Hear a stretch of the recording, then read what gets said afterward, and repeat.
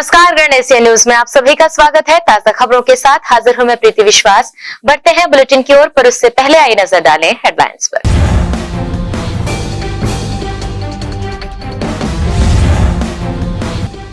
Online सट्टा Mahadev app के खिलाफ दुर्ग पुलिस की कार्यवाही लगातार जारी। मजदूरों के बैंक खातों को सट्टा कारोबारियों को बेचने वाला भिलाई इस्पात संयंत्र का ठेकेदार हुआ गिरफ्तार। भिलाई निगम के पूर्व नेता प्रतिपक्ष रिकेश सेन निगम के स्वास्थ्य अधिकारी धर्मेंद्र मिश्रा को कानूनी नोटिस भेजने की कर रहे तैयारी। स्वास्थ्य अधिकारी ने सफाई ठेके को लेकर सार्वजनिक रूप से नेता प्रतिपक्ष पर लगाए थे आरोप। और भिलाई 3 के निगम आयुक्त ने डायरिया को लेकर जागरूकता लाने, साफ सफाई को लेकर कर्मचारियों को एहतियात बरतने दिए दिशा निर्देश।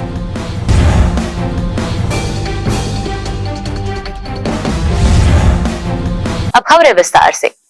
ऑनलाइन सट्टा महादेव ऐप के खिलाफ दुर्ग जिला पुलिस की कार्यवाही लगातार जारी है। मजदूरों के बैंक खातों को सट्टा कारोबारियों को बेचने वाले आरोपी भिलाई इस्पात संयंत्र में ठेकेदारी करने वाले चौहान टाउन स्मृति नगर जुनवानी निवासी रोहित सबरवाल को एंटी क्राइम एवं साइबर यूनिट की टीम ने गिरफ्तार किया है। आरोपी ने अपने अधीन काम करने वाले लगभग 20 मजदूरों का बैंक खाता खुलवाया था, जिसका उपयोग महादेव ऐप के अवैध कारोबार में किया जा रहा था। मामले की जानकारी पुलिस अधीक्षक डॉक्टर अभिषेक पल्लव ने दी। ऐप पे एक बड़ी कार्रवाई करते हुए जो उनका bank account, fake bank account module था, उसको बर्स्ट किया है। एक अकाउंट में पिछले 1.5 महीने में 1 करोड़ 25 लाख का ट्रांजैक्शन हुआ था। एक ठेकेदार कारोबारी द्वारा अपने फीमेल एम्प्लॉयज़ के नाम पे 20 अकाउंट खुलवाए गए थे। और जो जगदलपुर में जो हमने महादेव ऐप का पहला ब्रांच बर्स्ट किया था, उसमें कुछ कॉर्पोरेट अकाउंट्स मिले थे जो इससे लिंक थे।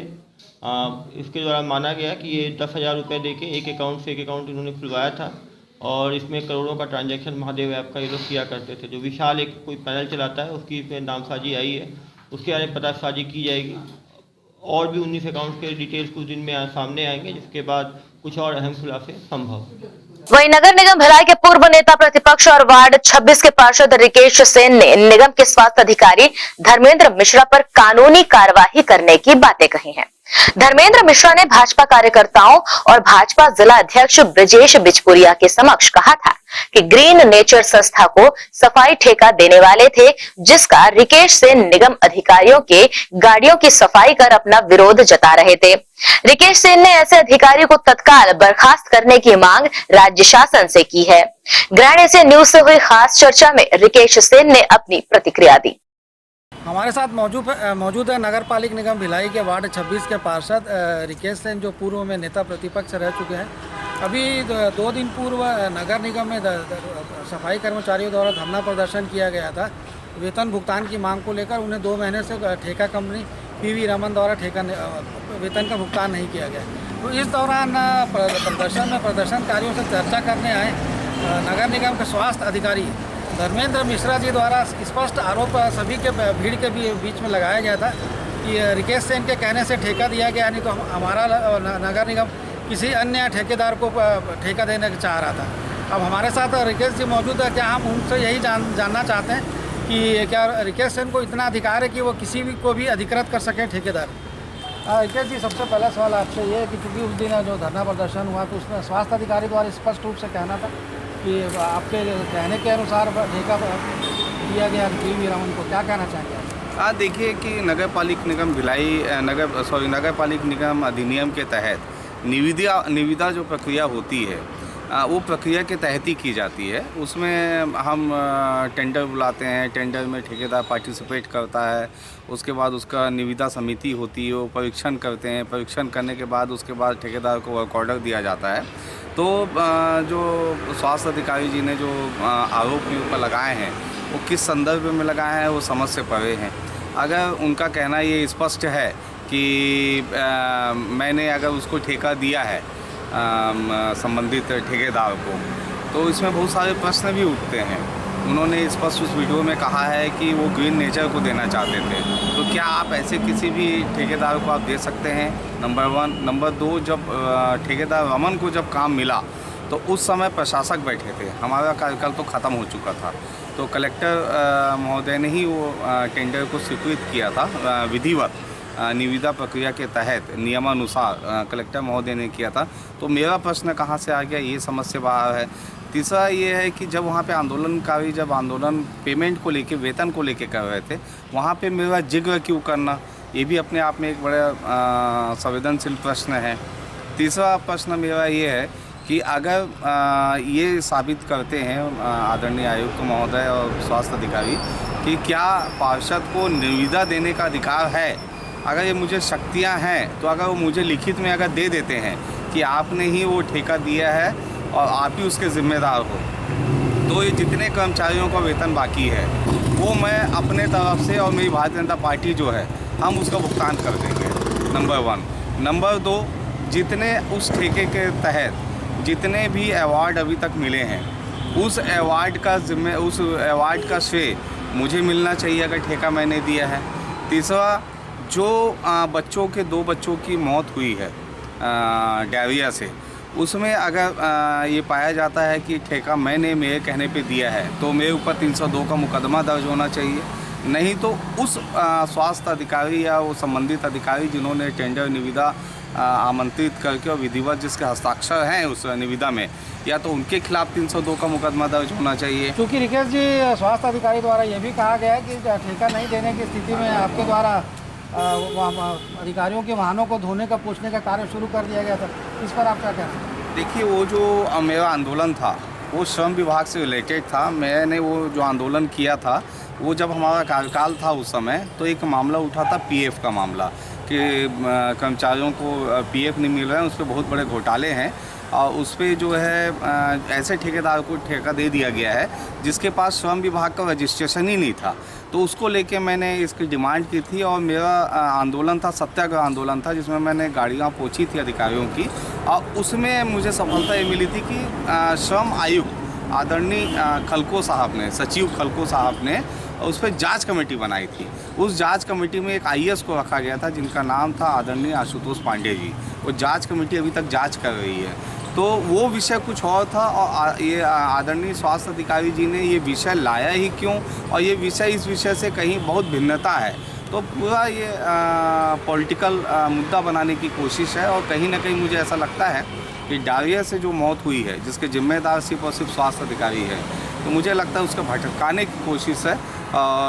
इस प्रकार का बयान एक बड़े अधिकारी को बिल्कुल नहीं देना चाहिए। और एक प्रश्न और उठ रहा है कि इसे अधिकारी बनाया कैसे गया स्वास्थ्य अधिकारी, क्योंकि इनका जो लेवल है वो एक सैनिटरी इंस्पेक्टर के रूप में है, एसआई है ये, और ऐसे हमारे पास तमाम एसआई हैं।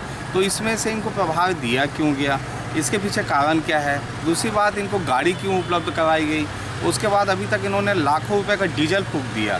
तो ये सब की रिकवरी कौन करेगा? इस रिकवरी करना चाहिए। सब मुद्दे को लेके अब हम जो है लगातार इसमें आंदोलन करेंगे और इस बात की लड़ाई लड़ेंगे कि ऐसे अधिकारी जो करप्ट अधिकारी हैं, जो राजनीतिक बयानबाजी करते हैं, इनसे बचा जाना चाहिए। क्योंकि अब स्वास्थ्य अधिकारी द्वारा सार्वजनिक रूप से बयान तो दे दिया गया कि आपके कहने से पीवी रमन को ठेका दिया गया, तो अभी इसके बाद आपकी क्या भूमिका रहेगी? मैंने आज मेरे वकील के द्वारा एक कानूनी नोटिस भेजा जा रहा है उनको कि वो स्पष्ट करे कि क्या पीवी रमन को मैंने ठेका दिया है, और ये भी स्पष्ट करे कि क्या ग्रीन नेचर को वो देना चाहते थे। इस विषय पे स्पष्ट करने के लिए उनको कानूनी नोटिस भेजा जा रहा है। दूसरा ये है कि मैंने आज राज्य शासन में आदरणीय मंत्री जी से मेरी मुलाकात होने वाली है इस पूरे विषय पे, और शहर सरकार में जो आदरणीय महापौर जी हैं उनसे भी मेरी चर्चा हुई है, और जो आदरणीय आयुक्त महोदय हैं अभी तत्कालीन प्रभार में हैं, उनसे भी चर्चा हुई है। तो इनका कहना है कि जब तक रोहित व्यास साहब जो आईएएस हैं, जो हमारे नगर निगम के आयुक्त हैं, उन्हीं को इनके तबादला, उन्हीं को इनको हटाने का सारा अधिकार उन्हीं को है, तो उनके आने का हमें इंतज़ार करना होगा, ऐसा शहर सरकार और ऐसा राज्य शासन के अधिकारियों का कहना है। तो वो जब तक नहीं आते हैं तब तक कोई कार्रवाई नहीं हो पाएगी। लेकिन मैं अपना जो है कुछ ना कुछ इस विषय पे अपनी राज्य शासन को अवगत कराते रहूँगा। इनकी जो भी स्वास्थ्य अधिकारी के रहते जितने भ्रष्टाचार इन्होंने किया है, इस पूरे मामले को लेकर मैं ईओडब्ल्यू में भी शिकायत करने जा रहा हूँ। ये थे हमारे साथ पार्षद रिकेश सेन और पूर्व नेता प्रतिपक्ष जो रह चुके हैं, जिन्होंने नगर निगम के स्वास्थ्य अधिकारी द्वारा अपने ऊपर लगाए गए तमाम आरोपों को सिरे से नकारा है और साथ ही यह भी कहा है कि एक पार्षद को कौन अधिकार की प्रदान करता है जिसकी वजह से वो तमाम बड़े बड़े करोड़ों रुपए के जो ठेके वो प्रदान करने की क्षमता रखे।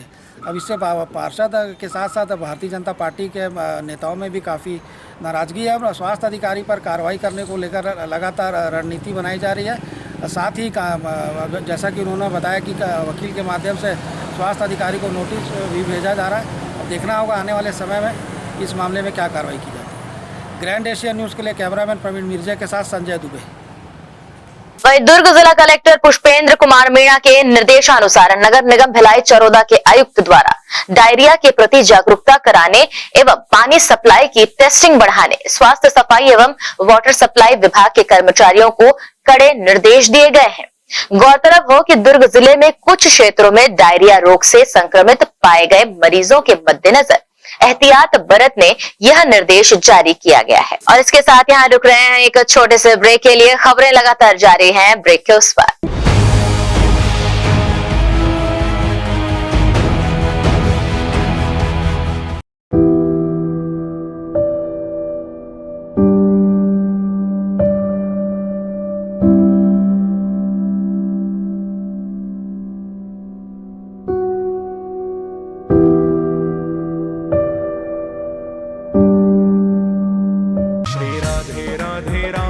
बरसाने वाली राधे, श्री राधे राधे राधे बरसाने वाली राधे। बीएससी और जीएनएम कोर्सेज में अध्ययनरत छात्र छात्राओं के लिए एक खुशखबरी। जी हां, अब नेहरू नगर मॉडल टाउन सड़क 1 में संचालित ब्लेजिंग एकेडमी में प्रवेश लेकर संवारिए अपने भविष्य को। एकेडमिक कोर्सेज की पढ़ाई को समझने में मददगार ब्लेजिंग एकेडमी में अनुभवी प्रशिक्षित शिक्षकों के द्वारा आधुनिक उपकरणों पर प्रोजेक्टर के माध्यम से पढ़ाई कराई जाती है। साथ ही स्पोकन इंग्लिश की क्लासेस, सिलेबस के साथ साथ छात्रों के प्रैक्टिकल ट्रेनिंग की भी सुविधा उपलब्ध है। तो बता दें, SR hospital and research centre Chikhli के चेयरमैन संजय तिवारी की पहल से ही प्रैक्टिकल ट्रेनिंग एडमिशन लेने वाले विद्यार्थियों के लिए फ्री डेमो क्लासेस भी। तो आज ही संपर्क करें ब्लेजिंग एकेडमी, मॉडल टाउन, सड़क नंबर 1, संचालक आशीष विजय गावंडे। मोबाइल नंबर 7805964347, 7587140097 और 9425557416। तो संपर्क करें ब्लेजिंग एकेडमी। भारत तथा भौतिकी दोनों भ से ही शुरू होते हैं और दोनों में ही असीम संभावनाएं भी हैं। और भौतिकी का प्रशिक्षण देने हेतु भिलाई सेक्टर 10 जोनल मार्केट में संचालित रूबी फिजिक्स लंबे समय से प्रयासरत है। जी हाँ, रूबी फिजिक्स ने अनेकों विद्यार्थियों को प्रशिक्षण फिजिक्स का देते हुए उन्हें लक्ष्य तक पहुंचाया है। Ruby physics zonal market sector 10 में संचालित है। Admission open. Ruby physics.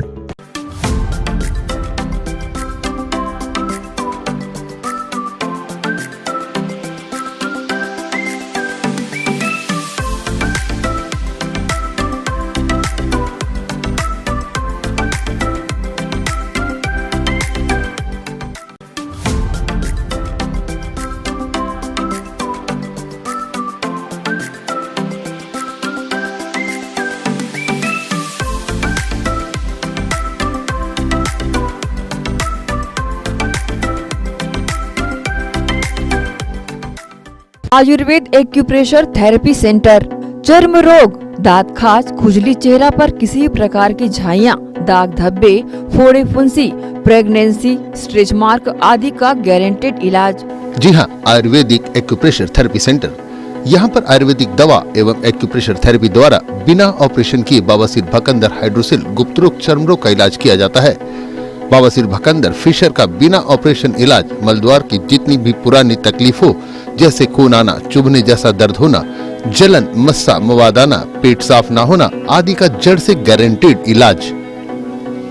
गुप्त रोग, शादी के बाद या शादी के पहले बचपन की गलतियां, उम्र की अधिकता या किसी भी कारण से मर्दाना कमजोरी, शीघ्र पतन, शादी के नाम से डर लगना, बच्चा न होना, पेशाब में जलन, स्वप्न दोष, शारीरिक कमजोरी, थकान आदि बीमारियों सहित हाइड्रोसिल का बिना ऑपरेशन गारंटीड इलाज। महिला गुप्त रोग, बवासीर, भकंदर, फिशर का बिना ऑपरेशन जड़ से गारंटीड इलाज। माहवारी गड़बड़ी, सफेद पानी जाना, हाथ पैर में जलन, दर्द, कमर में दर्द, बच्चा न होना, मिर्गी, हिस्टीरिया आदि का इलाज भी संभव है। हमारा पता doctor Heera, Gaya Nagar, Durg. Mobile number 9981659182।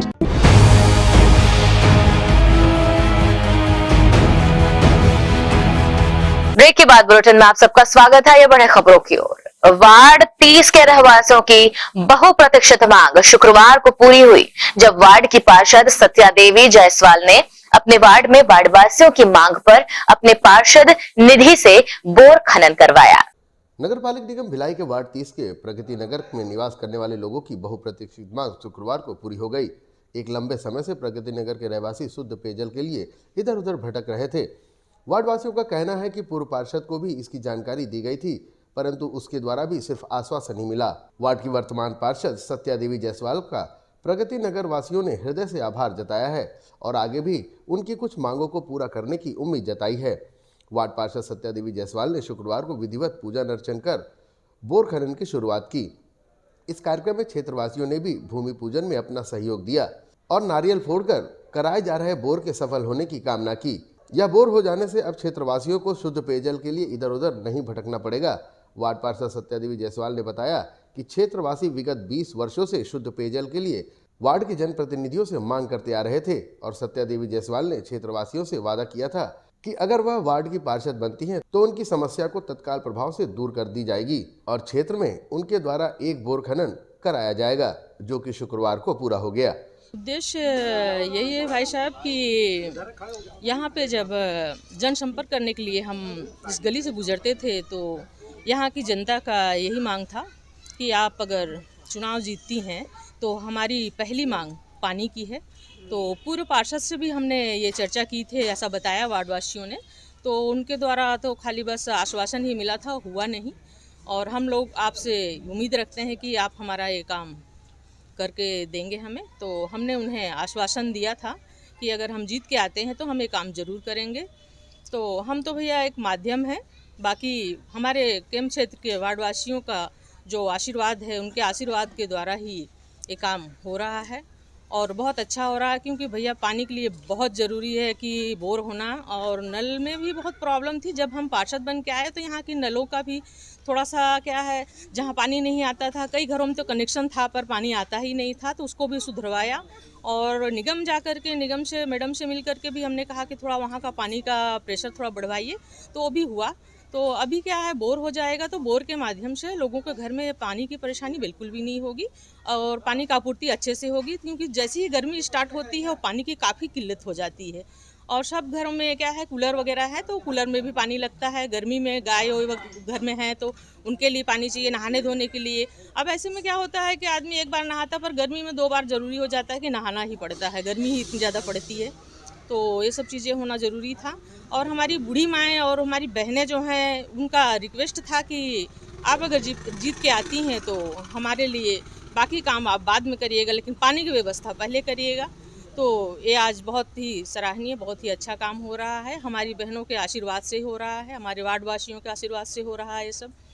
हमारे भोलेनाथ कहाँ नल लग गया, उतना ही काफ़ी हो गया भैया। हमें बहुत धन्यवाद हो। बहुत दिन से बोल रहे थे, फिर अब आंसू लगेगी। अब हाँ, खुश हैं बहुत ज़्यादा, सभी खुश हैं। का एक ही जन नहीं, सभी है, मोहल्ला पड़ोस सब। हर जगह कैंप एक स्लम एरिया है और विशेष करके जलेबी चौक के आसपास का जो एरिया है, ये सोनिया गांधी नगर का बहुत स्लम एरिया है। सबसे ज़रूरी पानी और बिजली की सुविधा होती है, उसमें उसी तारतम्य में बरसों पुरानी मांग, मतलब यहाँ के महिलाओं द्वारा, यहाँ के नागरिकों द्वारा बताया जा रहा है कि 20 साल पुरानी मांग है, जो कि अब तक की पूरी नहीं हुई थी।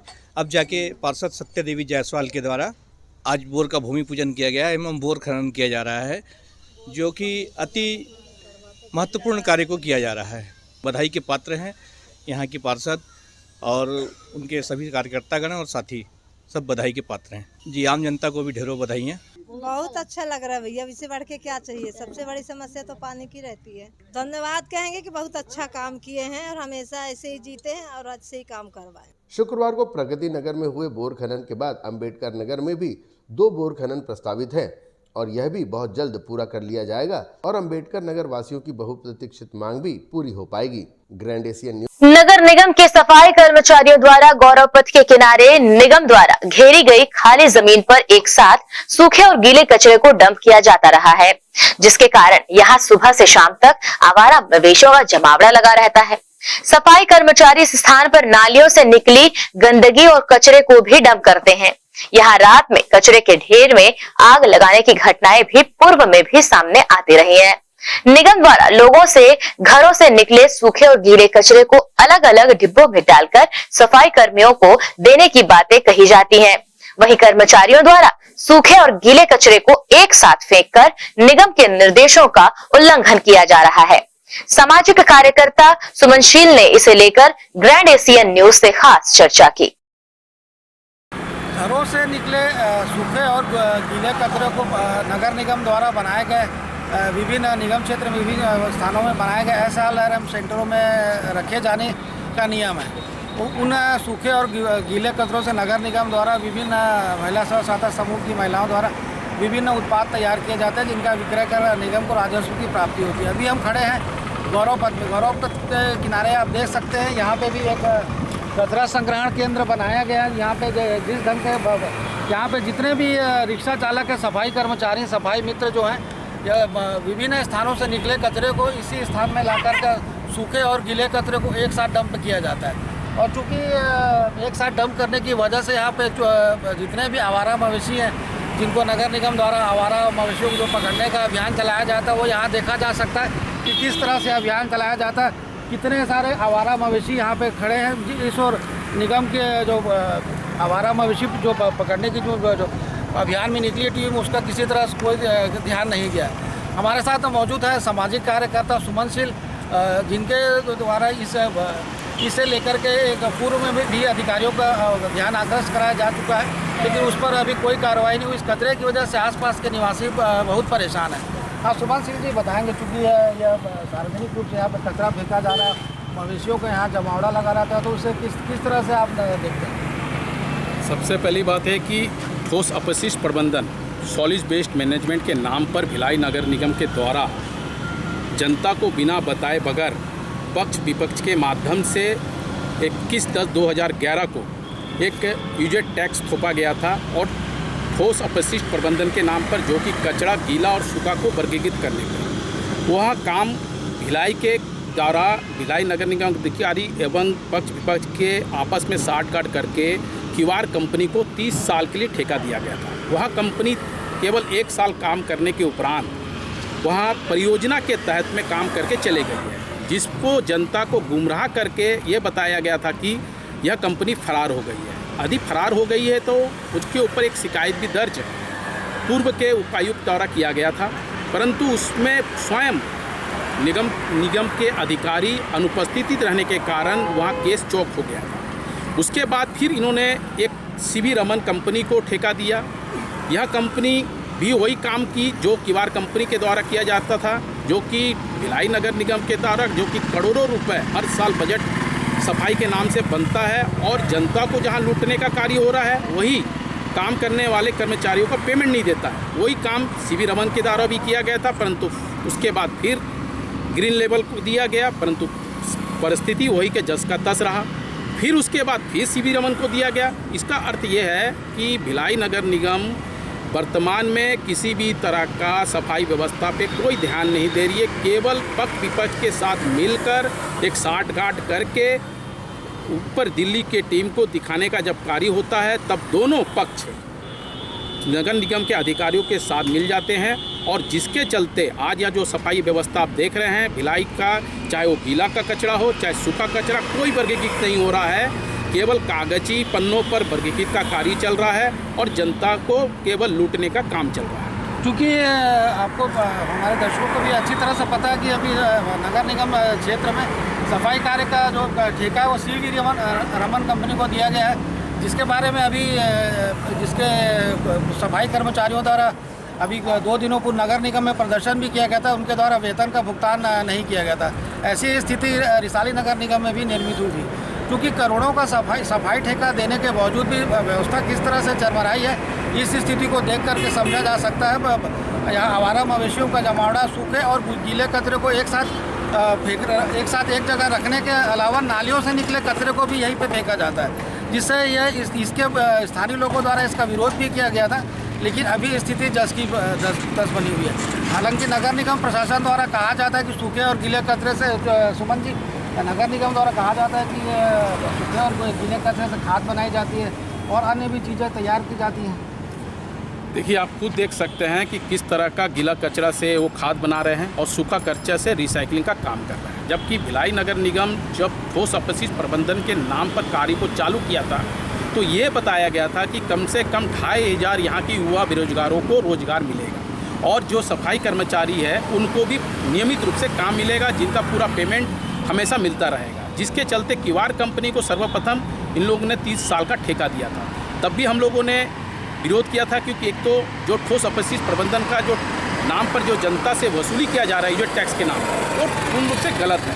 क्योंकि भिलाई के जनता पहले से ही समेकित कर में सफाई का कर देती है। दूसरी चीज़ यह है कि जो कार्य हो रहा है, अगर रिसाइकलिंग का काम होता तो किवाड़ कंपनी क्यों फरार हो गई, क्यों सीबी रमन के द्वारा पेमेंट देने में असमर्थ हो रहा है? क्योंकि एक तरफ से वो सफाई के नाम से पैसा जरूर ले रहा है, परंतु बाकी कार्यों को यहाँ पे पूर्ण रूप से गीला कचरा हो चाहे सूखा कचरा, दोनों कचरे को केवल यहाँ मवेशी और या कचरे बिनने वाले या तो रद्दी बेचने वालों के साथ साठ-गांठ करके कचरे को बेचने का कार्य चल रहा है। क्योंकि अभी नगर निगम द्वारा ये अभी नियम निकाला गया है कि यदि सफाई कर्मचारी घर में पहुँचते हैं उन्हें और सूखा और गीला कचरा यदि एक साथ दिया जाता है तो ऐसे घर मालिकों के ऊपर जुर्माना किया जाएगा। हालांकि उसके लिए नगर निगम द्वारा पूर्व में 2 पेटियां भी सूखे और गीले कचरे को बांटने अलग अलग पृथक रूप से रखने को लोगों को दी गई थी, लेकिन नगर निगम के द्वारा जो नियम बनाया गया है सूखे और गीले कचरे को अलग अलग रखने का, वो यहाँ आकर के देखा जा सकता है। यहाँ पे सूखा गीला कचरा भी एक स्थान पे रखा है, गीला कचरा भी एक स्थान पे रखा है। नालियों और इधर अन्य क्षेत्रों से निकले तमाम गंदगी जो बीमारियों का कारण बनते हैं उन्हें भी यहाँ पे इस स्थान पे आकर डंप किया जाता है। इस और नगर निगम के स्वास्थ्य अधिकारी का ना किसी तरह से ध्यान है और ना ही किसी तरह की कोई मॉनिटरिंग की जाती। सुमन जी, आप ये बताएंगे व्यवस्था में सुधार करने के लिए किस तरह का प्रयास किया जा सकता है निगम अधिकारियों को?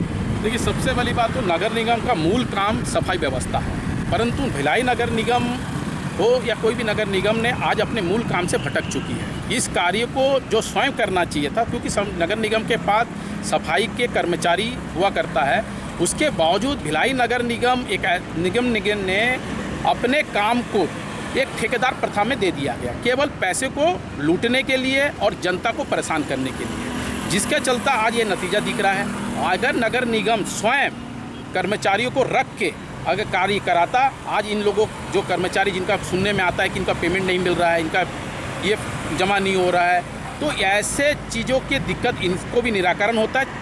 और दूसरी, भिलाई नगर निगम की सफाई व्यवस्था पूर्ण रूप से दिखता और साथ ही जनता का जो टैक्स वसूली हो रहा है उस टैक्स से भी अनुदान मिलता, क्योंकि कचरा एक आमदनी का स्रोत है और इस कचरे से अगर वास्तविकता में कार्य होता तो जनता के ऊपर जो थोपा गया जो टैक्स भी है वो भी माफ़ हो जाता। नगर निगम की सफाई व्यवस्था किस तरह से नगर निगम के सफाई जो स्वास्थ्य विभाग के अधिकारी अपने कार्यों को अंजाम देते हैं,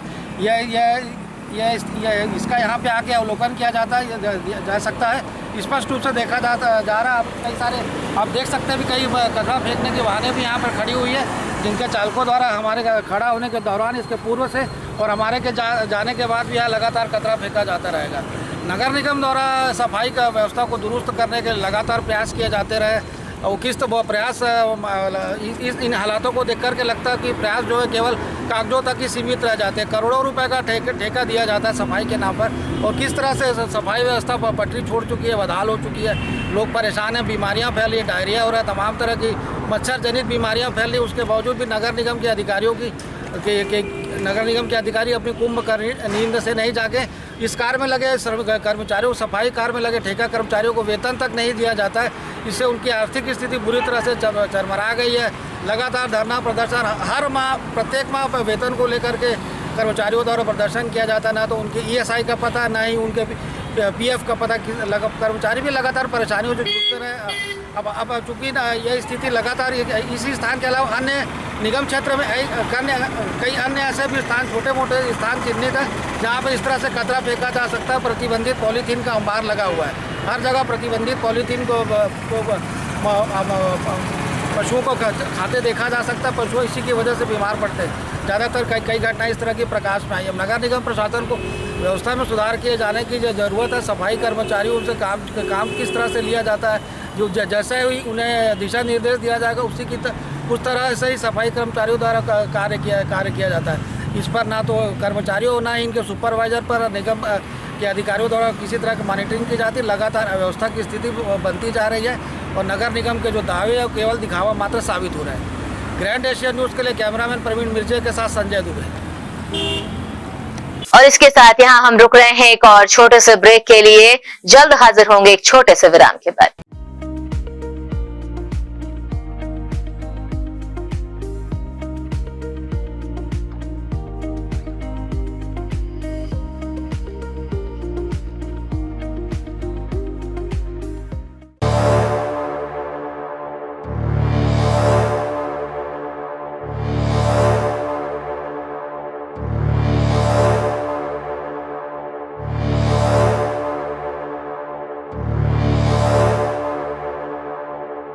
श्री शंकराचार्य हॉस्पिटल 750 बिस्तरों का आधुनिक अस्पताल एवं 150 MBBS सीटों का मेडिकल कॉलेज। उपलब्ध सुविधाएं 24 घंटे आकस्मिक चिकित्सा सुविधा, विशेषज्ञ चिकित्सक सुविधा, डिलीवरी एवं टीकाकरण सुविधा, 24 घंटे एम्बुलेंस सेवा सुविधा एवं आधुनिक उपकरणों से सुसज्जित ऑपरेशन थिएटर, नवीनतम उपकरणों से सुसज्जित पैथोलॉजी लैब, एक्सरे एवं सोनोग्राफी की सुविधा, ICU, ICCU, NICU, MRI, CT scan एवं डायलिसिस यूनिट्स की सुविधा उपलब्ध। न्यूनतम दर पर दवाएं उपलब्ध। मोतियाबिंद ऑपरेशन, जननी सुरक्षा योजना, राष्ट्रीय स्वास्थ्य बीमा योजना, मुख्यमंत्री स्वास्थ्य बीमा योजना के अंतर्गत चिकित्सा सेवा उपलब्ध। स्मार्ट कार्ड सेवा उपलब्ध है। OPD टाइमिंग सुबह 9 बजे से शाम 4 बजे तक। भिलाई के प्रमुख स्थल पावर हाउस में स्थित होटल शिव प्रभा इन एवं town king the family restaurant नवीन साज सज्जा एवं आधुनिक सुविधाओं से लैस। हमारी विशेषताएं: economic suite, executive suite, premium suite and presidential suite. Town king the family restaurant, लाजवाब स्वाद से भरपूर नाश्ते एवं भोजन की उत्तम व्यवस्था। Banquet hall, party hall, conference hall, free Wi-Fi internet, new elevator, travel assistance, safe deposit vault and godown, special tariff plan for corporate, marriage and other functions. Online booking facilities available. Sweet home away from home. Power House railway station व bus stand से मात्र 500 metre पर स्थित hotel Shiv Prabha inn and town king the family restaurant, 46 tea market, अपना Kesari laws के बाजू में। Power house Bhilai. Contact 98932 15251 और 8966 981590।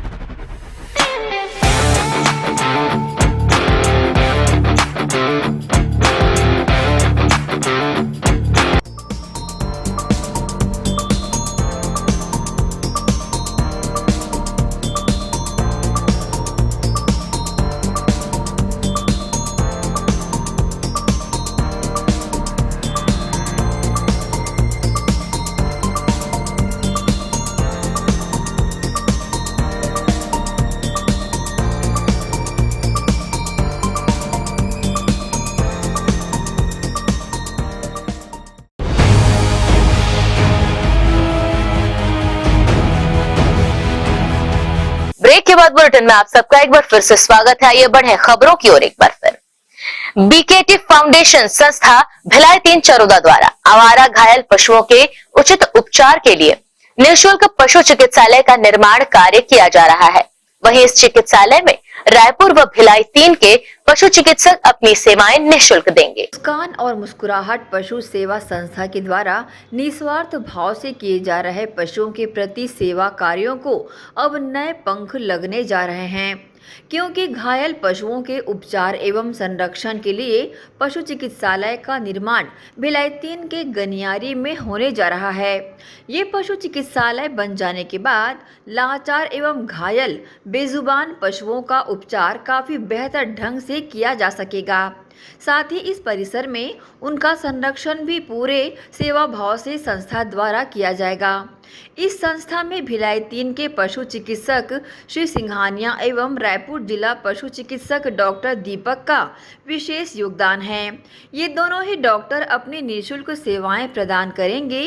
संस्था के सदस्यों ने इसकी जानकारी न्यूज टीम को उपलब्ध कराई है। इसमें जो एक्सीडेंटल हो जाते हैं बस स्टैंड, हाईवे रोड, तो वहाँ हम लोग सूचना मिलने पर जाते हैं, गाय को लेने वहाँ में रेस्क्यू करके लाते हैं। यहाँ ट्रीटमेंट सेवा भाव फ्री सेवा दे रहे हैं। पिछले कोरोना काल से हमें सेवा दे रहे हैं। एक छोटा सा ग्रुप है मुस्कान, जिसमें लगातार फ्री सेवा दिया जा रहा है। अभी नया हॉस्पिटल बनाया जा रहा है जिसमें फ्री सेवा दिया जाएगा। पिछले हम लोग 2 सालों से